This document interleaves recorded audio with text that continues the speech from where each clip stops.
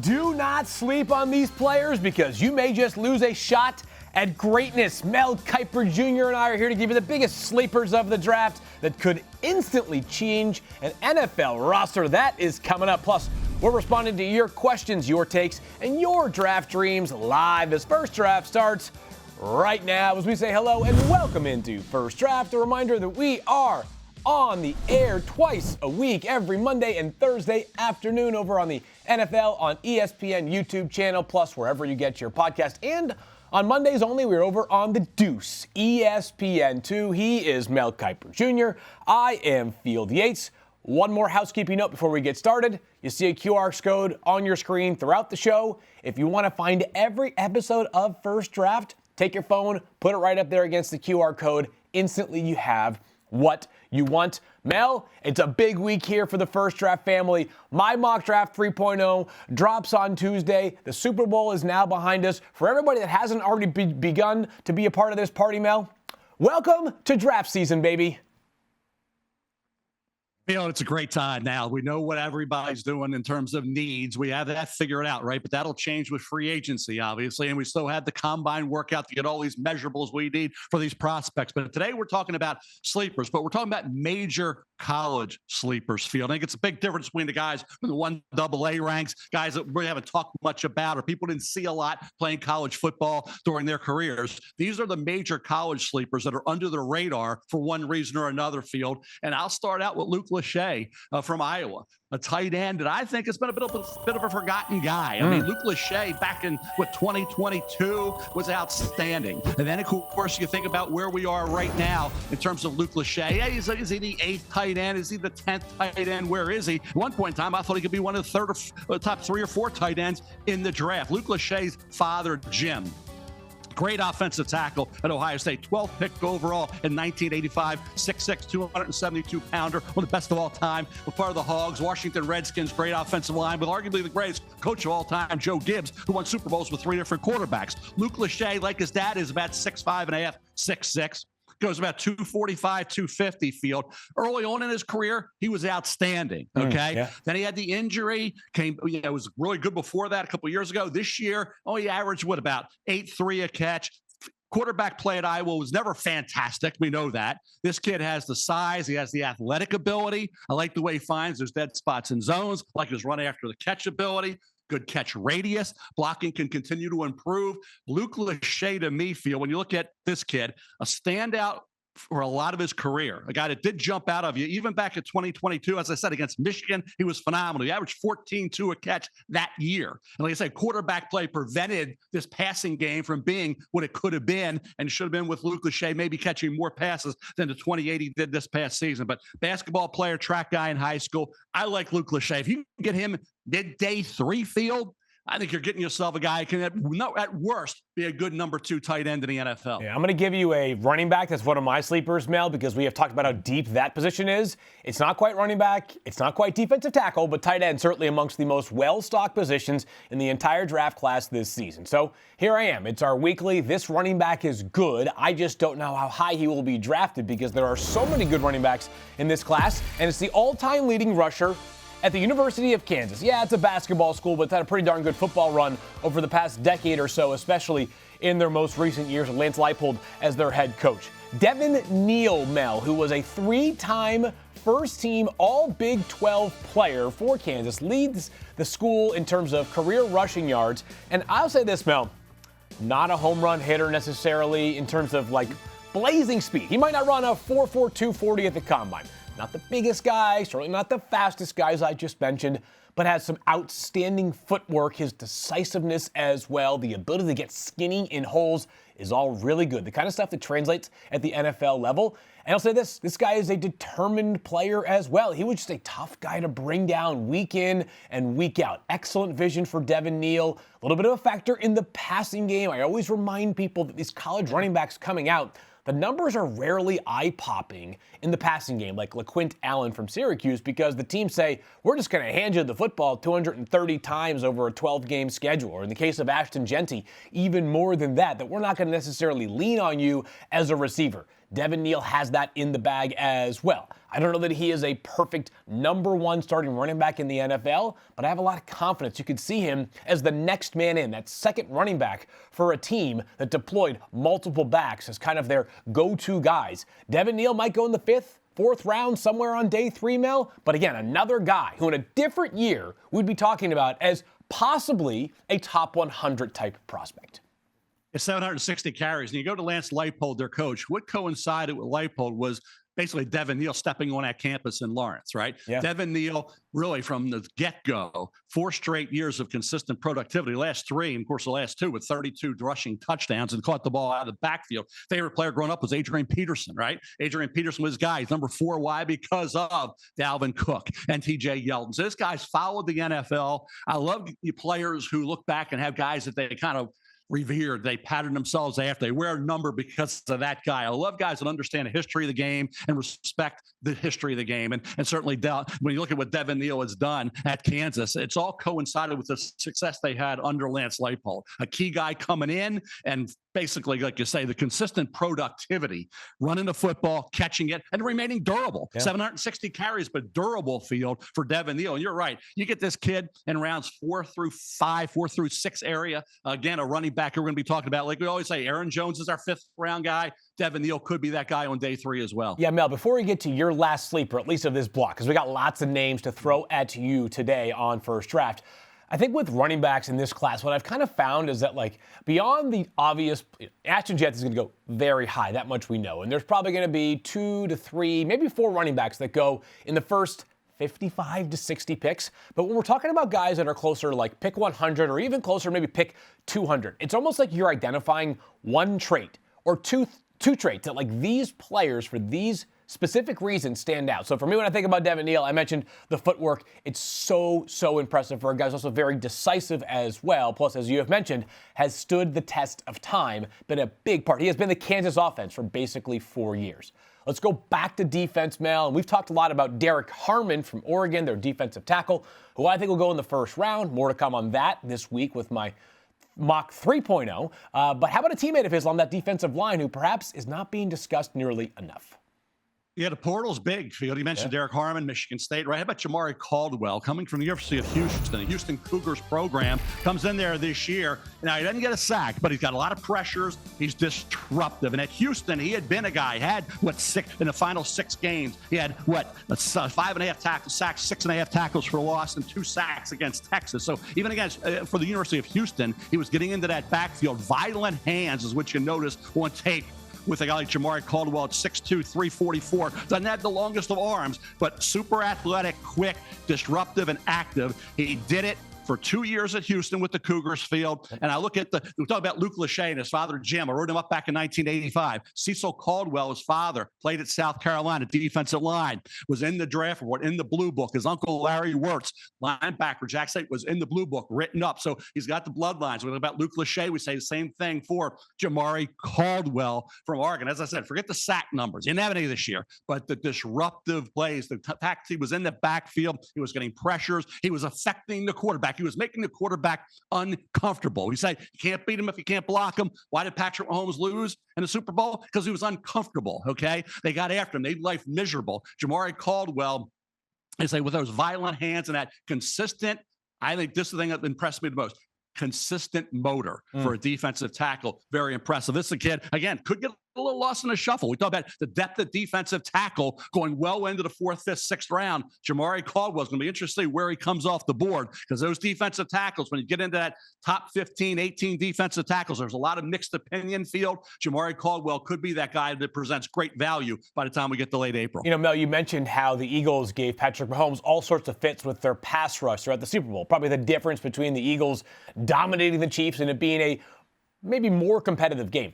Other side of this ball, Mel, if there's one thing the Chiefs did do at a Super Bowl level during the game, it was defend the run against Saquon Barkley. He was largely bottled up. I mean, he averaged like less than 2.5 yards per carry, which is about half of his normal average in a game against basically everybody else. The reason I mention that is as teams, I think, are going to maybe reprioritize a little bit the very top-end running backs. I'm not talking about every running back, but the Saquon Barkley or the Derrick Henry or the Christian McCaffrey, the Alvin Kamara, these guys that have gotten paid recently. Maybe we see a few more reinvestments of that kind. A good reminder, guys that stuff the run usually don't show up in the stat book, but they are still very important as well. So some defensive tackles that maybe aren't going to have the eye-popping numbers that get drafted pretty darn high because they do a lot of stuff that is dirty work, but it's a difference oftentimes between winning and losing. All right, welcome back into First Draft. He's Mel Kiper Jr. I am Field Yates, and I'm breaking a rule here on First Draft as I'm going down to the University of Maryland and taking a Terrapin as one of my sleepers in this year's class. And Mel, I'm not sure what to do with this kid, and I'll tell you why in just 1 minute. Jordan Phillips from the University of Maryland, who began his career at Tennessee. He's a redshirt sophomore. He came out early, Mel. There were some people that were surprised because of the fact that he still had multiple years of eligibility left. When you watch this guy, Mel, he is like a cannonball in the middle of the Maryland defense. Guy gets in this extremely low stance. He's this nose tackle who's playing like old school, like he's like a sized down version of Vince Wilfork, who of course was a mountain of a man. He's got these big, heavy, powerful, violent, shocking hands. He's got this quickness in his upper half that allows him to be super disruptive as a run defender. He is all over the place. He also is the kind of guy that's going to create space for his linebackers by just holding his ground at the point of attack, not letting the offensive line execute combination blocks. Here's the conundrum, though, Mel. Again, we've talked about the depth of the defensive tackle class. Jordan Phillips did not record a single sack or a single forced fumble during his time at the collegiate level. So I understand. I was just telling you about how like the numbers are not the important part for these defensive tackles, but when there's zeros across the board, there are going to be some people that are going to have a harder time quantifying the impact. That being said, when I watch him, Mel, he's at the Shrine Bowl as well. This guy's a disruptor. This guy is an impact level player. I think Jordan Phillips deserves a bit more shine. Yeah, Mike Loxley raved about the kid. And I think when you look at Jordan Phillips, the physical ability of Darrell Jackson Jr. at Florida State caught my eye. Darrell Jackson Jr. is going back to Florida State. I thought Jordan Phillips, because of that great talent, but without the production, would go back to Maryland for another year. He did. He's coming out. Darrell Jackson Jr. going back. They were two very similar prospects when I look back in August where they could be now. Great years. Hey, they're propelled into the first round. Come on out. But they're not. And Jackson Jr. went back, didn't have the productivity, right? Joshua Farmer coming out, more productive, more consistent week to week. All right, now you look at Jordan Phillips, wrestler in high school, okay, comes out of the Florida prep ranks. All that talent, physical, athletic ability. Can he now, all of a sudden, when he's coached up in the NFL, gets a little more experience? He's still very young, very young athlete, okay? Will he all of a sudden translate that talent into more productivity in the NFL? You talk about a guy who everybody knew who they had to handle up front. So the opposition knows in college, who do you have to identify and who do you have to block? And it was Jordan Phillips. Yeah. There's no question. Everybody knew going in that was the guy because he was on everybody's freaks list. He was everybody that all the talk of the town back in August. So for Jordan Phillips, you're right. That defensive tackle spot, like Jamaree Caldwell, is going to find guys that because they didn't have the production, and he didn't, and Caldwell didn't have a sack at Oregon this year. Same thing with Phillips at Maryland, that maybe get pushed down because they got the talent. Then why didn't they produce? If you can't produce against the AOGs, how are you going to do it against these guys in the NFL? That's why those guys could present, as you said, value. That's why they're major college sleepers. Yeah, last thing I'll say on Jordan Phillips here, Mel, is, if you want to see a heavyweight matchup of run defender versus run blocking, not just talent, but scheme, Iowa versus Maryland this past season. Iowa's got a terrific center, Logan James, who went back to school for one more season. Those two were getting after it for a full 48 minutes? No, 60 minutes in college football. Sorry, I'm confusing college basketball and the NBA, which have different time lengths in which they play a quarter. That being said, 7 solo tackles in that game for Jordan Phillips. It was not total domination, but this was a guy who was going toe-to-toe with a very high-powered offensive running game scheme. A lot of fun to watch there. Let's go to Marshall, Mel. We've been talking about Mike Green, their edge rusher, who I think you and I both feel like this guy's got a real chance to go in the first 12 or 14 picks of the NFL draft, but he is not alone on that Marshall defense. It seems like everybody's a transfer now, Field. Yeah. J.J. Roberts from Marshall transferred in from Wake Forest, where he broke up 7 passes in 2022. 2021, he played in all 14 games, so he's been experienced. Even back to 2020, he had 1 start. He was an option quarterback in high school as well as a corner. 9 interceptions his last 2 years in high school. And for J.J. Roberts, 14 pass breakups this past year, 94 total tackles, led him in solos with 50. So a guy that was all over the field, only 5'11", 188, but he will hit you. No question about that. He delivered some striking blows. Form tackling, I thought, need to improve in space a little bit. But when you have the production, the ball production that J.J. Roberts had, and you did it at Wake, you did it at Marshall, you've intercepted passes, you've broken up passes dating back to your prep days. All of a sudden now, you get a guy who comes into the NFL at that safety spot, and we've seen that. A lot of these safeties have gone late in the draft that have come in and started in the NFL. They had really good careers because if they're instinctive and if they're tough and they play bigger than they are on paper, and he does. You watch, look at him, 5'11", 185, 188. When you watch him play, he has no fear. He will throw that body around and make plays in coverage. He will hit you. He will jar the ball loose. He will force fumbles. He will break up passes that way. So I think when you get into the late portion of the draft and you get into that mid to late day 3 area, J.J. Roberts, safety for Marshall, I think would be one heck of a pick. You know, Mel, you think about players like last year, Marius Mims from the University of Georgia. You sort of felt like they were built in a lab, right? Michael Williams this year, also from University of Georgia, a guy that, like, the football gods dreamed of what they could make a defensive specimen, and that's what they came up with. Then you find guys that if you saw them, you probably wouldn't think they're going to end up as NFL players, but they just get the job done.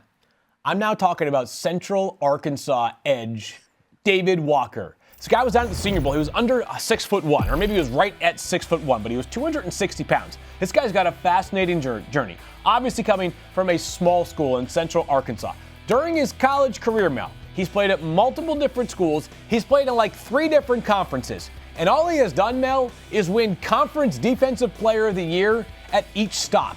This past season, he had 10.5 sacks. He had a 12-plus sack season a couple of years ago while at Central Arkansas. And when you watch him, you see that this is not the kind of guy who at the whatever level Central Arkansas is, and I apologize for not knowing off of hand. I'm going to go with FCS, but whatever level it wasn't just that this guy is a better athlete than the opposing offensive tackles and just ran right around them, or just a stronger player than the opposing offensive tackles and just ran right through them. He did it all. He's got craft. He's got nuance. He's got some real pass rush skill to his game that translated during the one-on-ones and during the game at the Senior Bowl. No one could block this guy during the actual game on Saturday. I understand that we pay a lot of attention to the one-on-ones, but the game itself matters in a very consequential way, Mel. I don't know what the destiny is for David Walker because of the fact that his measurables are not going to check out for some teams. A less than 6'1" edge rusher with less than ideal length in terms of arm length is not going to be someone that some teams are going to prioritize. That being said, he just gets home, finds a way to bother quarterbacks as like a sub-package rusher. I feel like this guy's going to come on the field fresh, Mel, and just make life difficult for opposing offensive tackles. Yeah, I love guys that are coming off the edge, leverage, and the low man wins usually, and those tall offensive tackles or linear offensive tackles have trouble with guys that are David Walker's size. He's my 9th highest rated edge rusher for a reason. Every week when you looked at what he did, and he had to do it every week because he's playing against guys who aren't going to even have a chance in the National Football League. Even if you're double teams, you're still able to get into the backfield, wreak havoc. He did. He didn't have games where you didn't see much productivity. He was out there dominating for a period of years at this particular program and at a level that you need to. So when you look at a guy like David Walker, he was talked about back in September. He's talked about now because he dominated. Yep. And when you dominate at that level and then you go to Senior Bowl practice and you look like you belong and you look like a guy who could have been playing at any Big Ten or SEC school, and those offensive tackles, like I said, usually have trouble with these guys. Where's James Harrison? How was he regarded coming out? Yeah. Okay. The guys that aren't 6'3", 6'4", 6'5", that, as you say, don't have the length, don't have the arm length. And I'm big on arm length, but when you're his size and you have that granite frame, okay, and you have the ability to, I think, really look at an offensive tackle, they're going to look across the line of scrimmage and see this guy. And I guarantee you, Field, when they know David Walker is going to be part of that equation, they're going to really relish the opportunity to block a guy that size. Those offensive tackles don't like going up against a David Walker types. Just ask them. They don't like it. Yeah. So for David Walker, a kid, probably day 3, where'd Javon Solomon go last year coming out of Troy? Yeah, 5th round, right? Yep. I mentioned James Harrison. Dwight Freeney always gave Jonathan Ogden fits. Jonathan Ogden, Pro Bowl player every year, right? Hall of Famer. Couldn't block Dwight Freeney. Yeah. Okay. Who's also a great player. What was he, 5'11", Dwight Freeney? So again, those guys against the tall offensive tackles are always a difference maker. And to me, in a rotation, I'll take a David Walker on day 3 in a heartbeat. Yeah, he's got that sort of that forklift ability to get underneath opposing offensive tackles. All right, moving along here on First Draft. He is Mel Kiper Jr. I am Field Yates. And Mel, some of what we're doing right now and going forward is just kind of recapping conversations that we've had previously that are now a bit more complete, right? We talked about guys that are going to be drafted early at offensive tackle, maybe during like one of our first 2 or 3 shows, but now with a full college season behind us, and eventually the combine and pro days and things like that, we're going to have even more information on trench warfare. So, Mel, let's talk about a couple of offensive tackles to begin. And let's start with Will Campbell from LSU. When I say Will Campbell, you say what?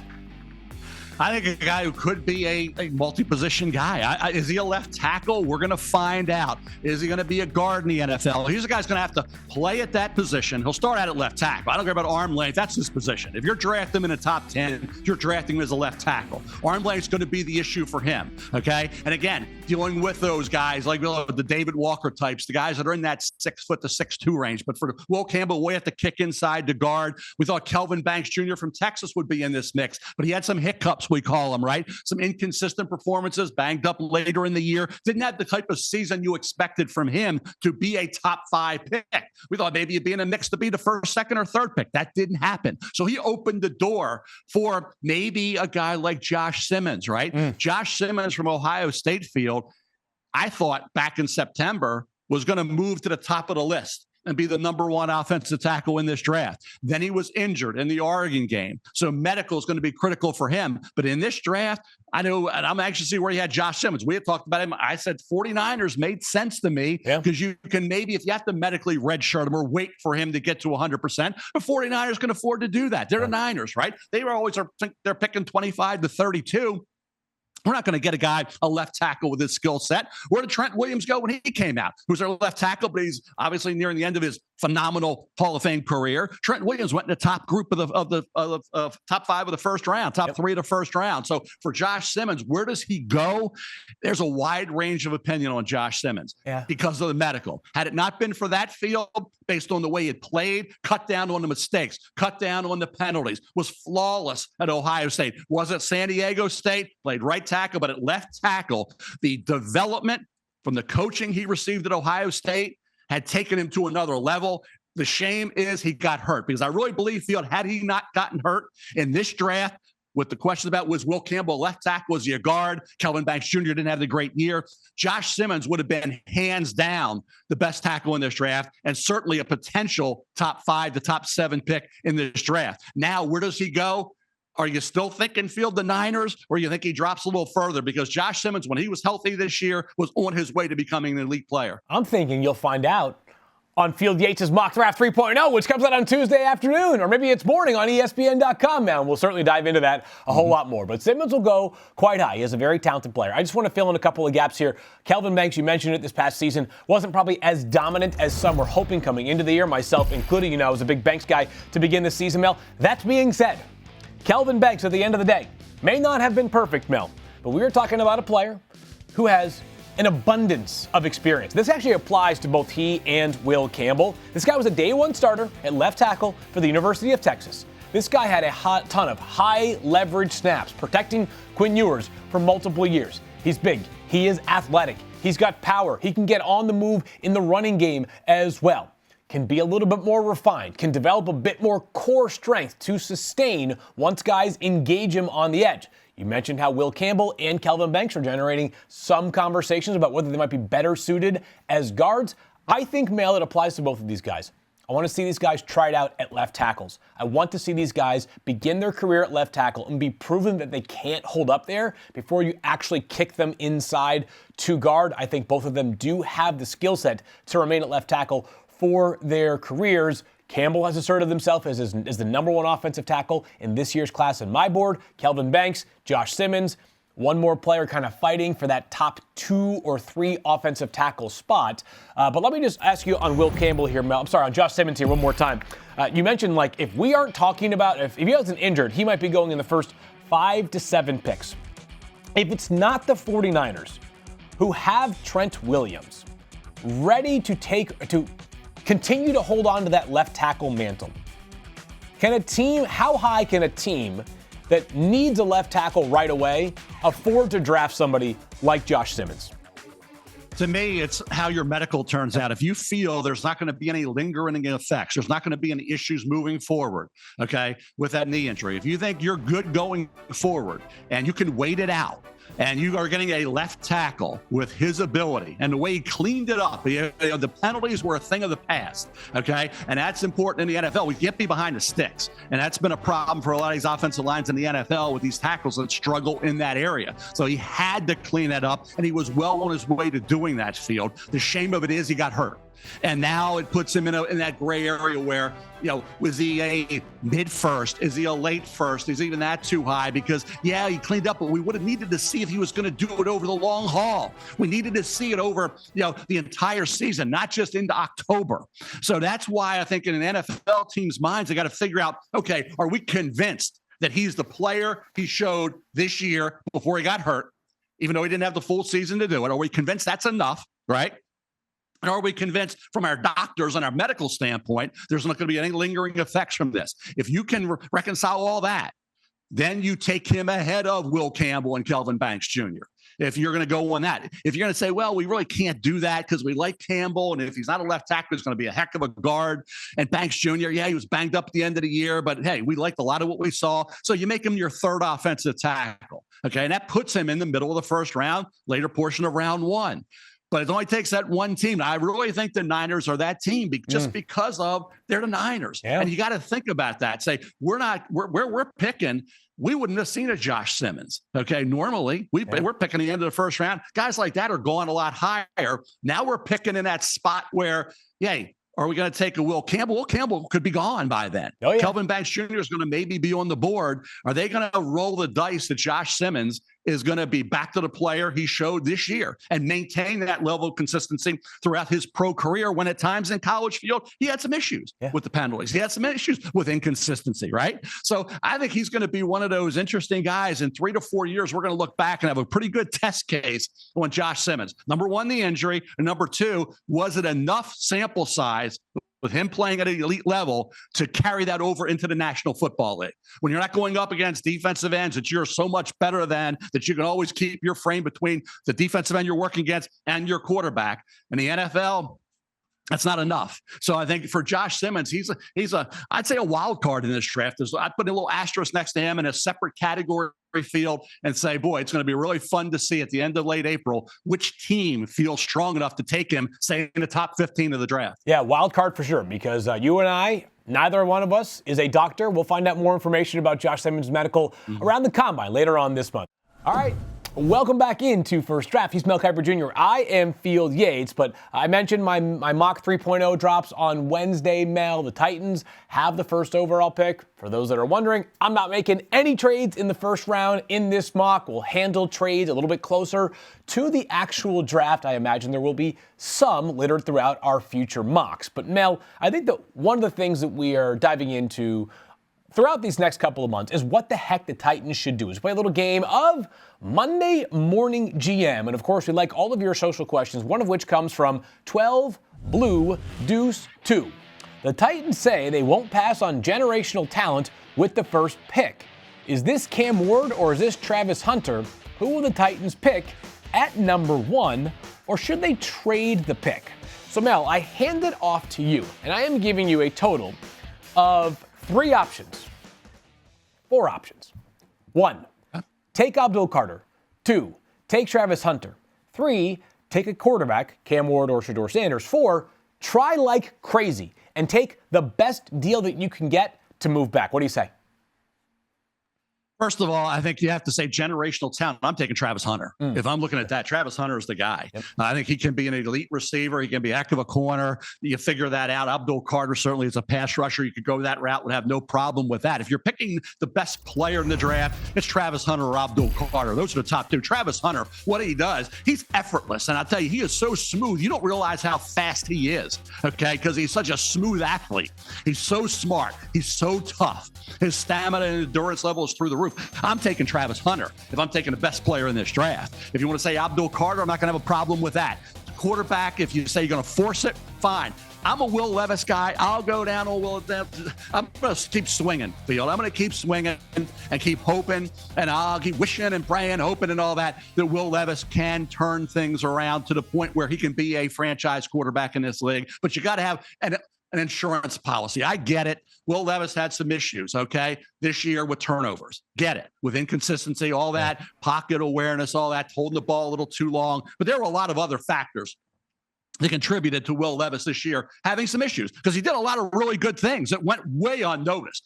Forget the media and the internet bashing every quarterback. They bash everybody. They never say anything good usually. Well, Will Levis, there was a lot of good. I think what Brian Callahan's got to do, he said, okay, Will, go out with Jordan Palmer and work on some things. Brian Callahan, go back to coaching school and you work on some things too in year two because you made a lot of rookie mistakes as a coach as well. Just like young players make mistakes, rookie coaches do as well. And I thought, the overreaction to the play against the Jets, screaming about you get into the mind of a young quarterback, you kill their confidence. So it's all about playing clean games, not making mistakes. You're into the mind of a quarterback. And Will made that comment after I believe it was a Jacksonville game late in the year, played the cleanest game I've played.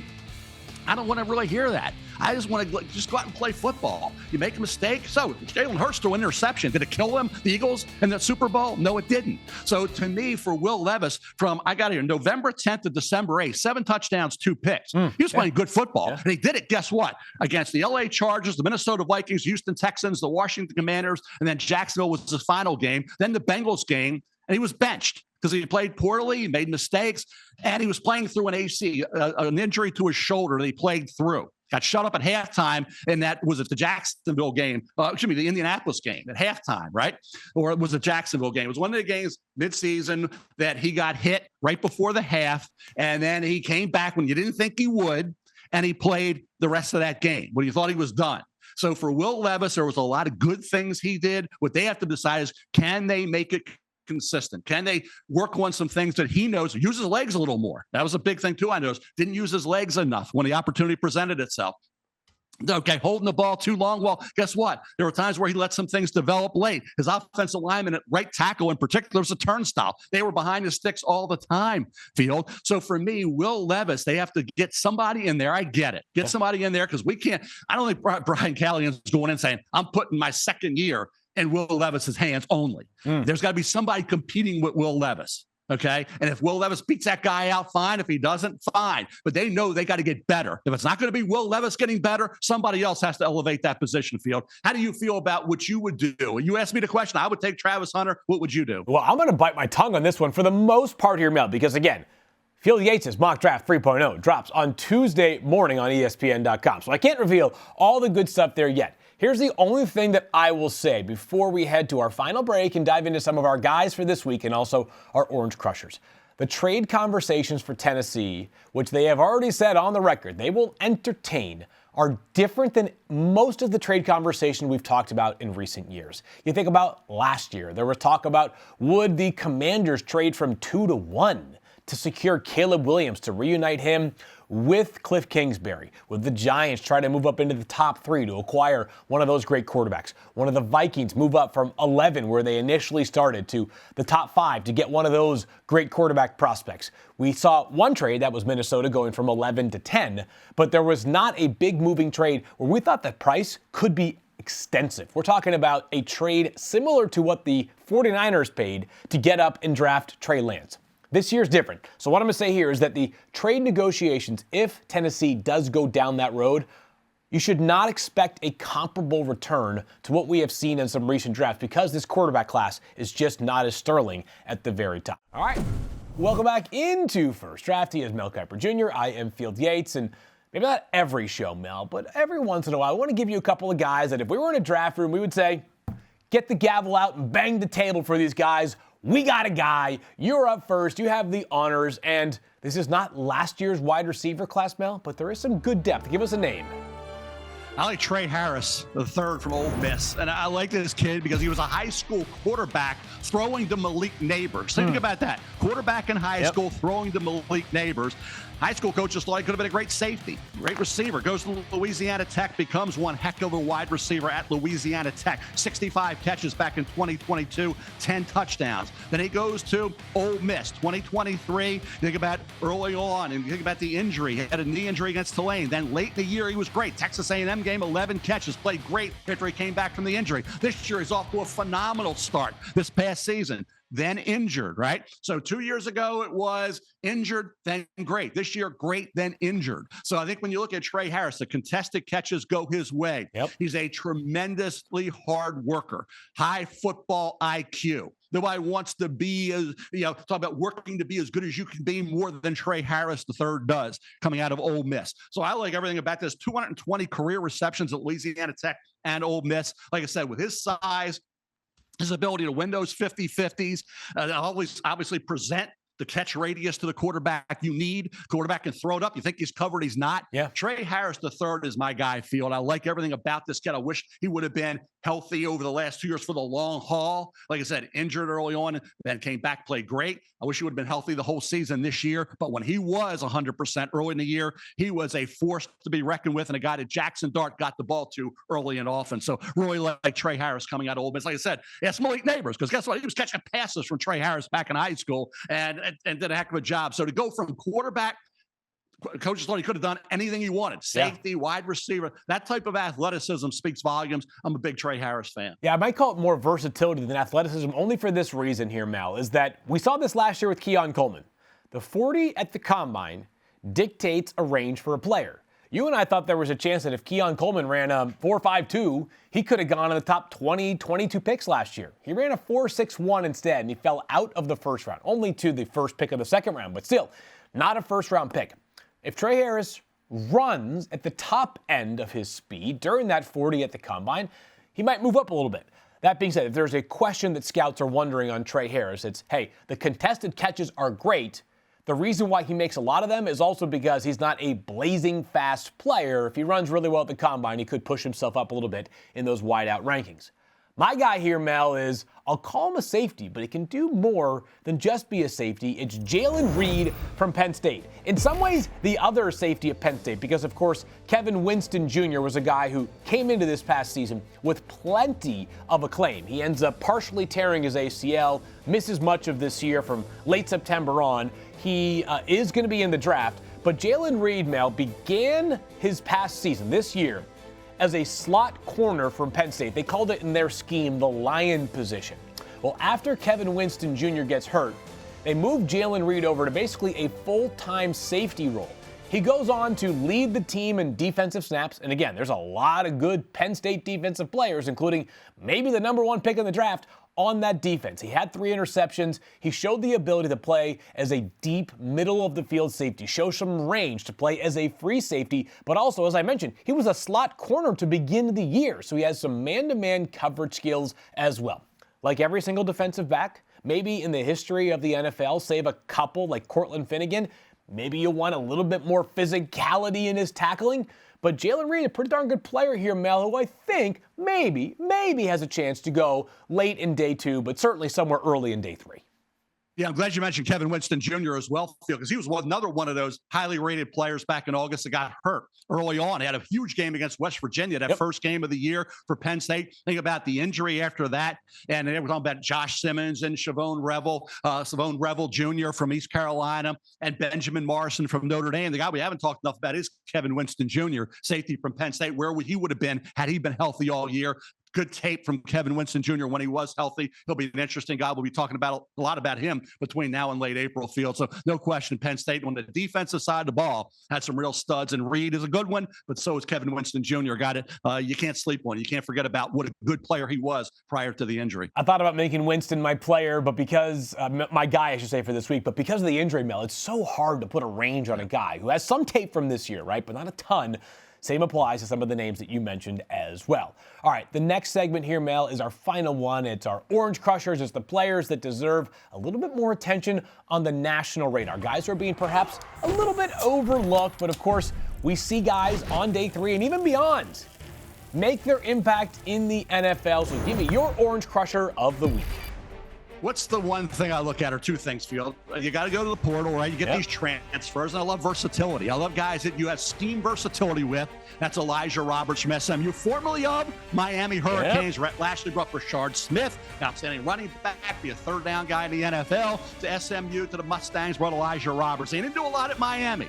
Production certainly wasn't going to get your attention. Goes to SMU, and over the last 2 years, he put it all together. Think about it, 3 years at Miami, he had 2 tackles for loss and half a sack in 3 years. In 2 years at SMU, 23 and a half tackles for loss, 17 and a half sacks over a 2-year period. That's phenomenal. What he did, really, the last 5 games. Think about it, over the last 5 games, he was dominant. And you think about what I thought about Jamaree Caldwell at Houston prior season. He was dominant. So when you see a 4 or 5 great game stretch, Field, where guys go out and they're unblockable, and they're supposed to be the mark man, that's why I really wanted to point that out. Yeah. Because you're talking about the last 4 games of the season.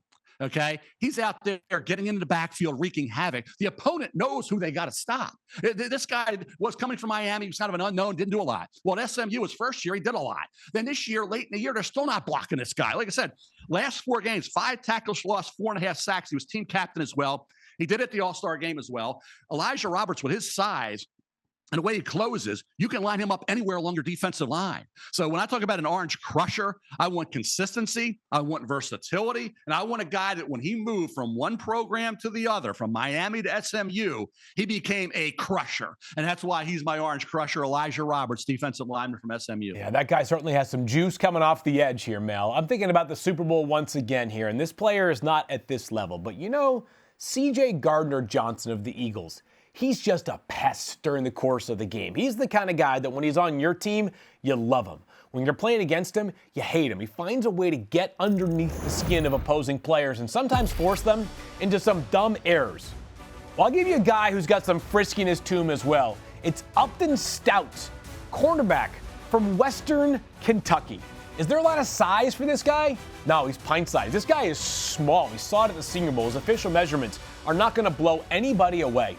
But this guy finds the football, Mel, and this guy is a lot mightier than you might believe he is based off of his size. He's just going to put every ounce of what he has available into every tackling effort that he gets. He plays often in the slot. He blitz him a little bit off the edge. You see him in some safety looks as well. He's got some versatility to his game. He is definitely fearless. That much I know, because you can't be this size and make as many plays on the ball as he does. Upton Stout just kind of finds a way to always be around the football. Not sure that he is going to be a pure slot cover corner in the NFL. Don't know if a team may say, well, let's tap into some of that versatility and play him as both a slot and also a safety. I think somewhere on day 3, though, Upton Stout's going to go somewhere, Mel, and be a kind of guy that during training camp, he's going to find a way to make a couple of plays, and he's going to let everybody on the field, whether it's an all-pro wide receiver or a practice squad guy who is there just for training camp only, let those players know he is here, and he is here to make an impact. Young Fielding, we said it, you got a guy, right? And it's an orange crusher and whatever. This is kind of you got a guy, because you kind of took him. I saw, we get our little emails and it said Upton Stout. I said, oh boy, he took Upton Stout. He was like, I'm with you, pound for pound, what he is. Remember Mike Hilton when he was at Ole Miss? Yeah. Okay. God, he just popped. He just made plays. Mike Hilton was a heck of a college player, went overlooked for the NFL, and had a nice pro career, right? I see a little bit of that. I like instinctual players. I like guys that show up and pound for pound, get everything out of that frame. Upton Stout's a one whale of a college football player who could be a real nice pick on day 3, Field. You're right. No question, Field. Upton Stout's, whether you want to say he's your guy or he's an orange crusher, he's a guy who can play in the NFL. Yeah, football player. That's a good way to describe Upton Stout at the end of the day. I know that's being a little bit reductive, a little bit simple. That being said, you're looking for guys that just do a good job of making plays. Upton Stout fits that category. All right, that's a loaded show here. And again, we have so much more coming your way the rest of this week here on First Draft. Do not miss our Thursday episode. Is what are we going to do? We're going to recap my mock 3.0. It drops on ESPN.com on Tuesday. For Mel, I am Field. Thanks as always for watching First Draft. We'll talk to you guys again later on this week.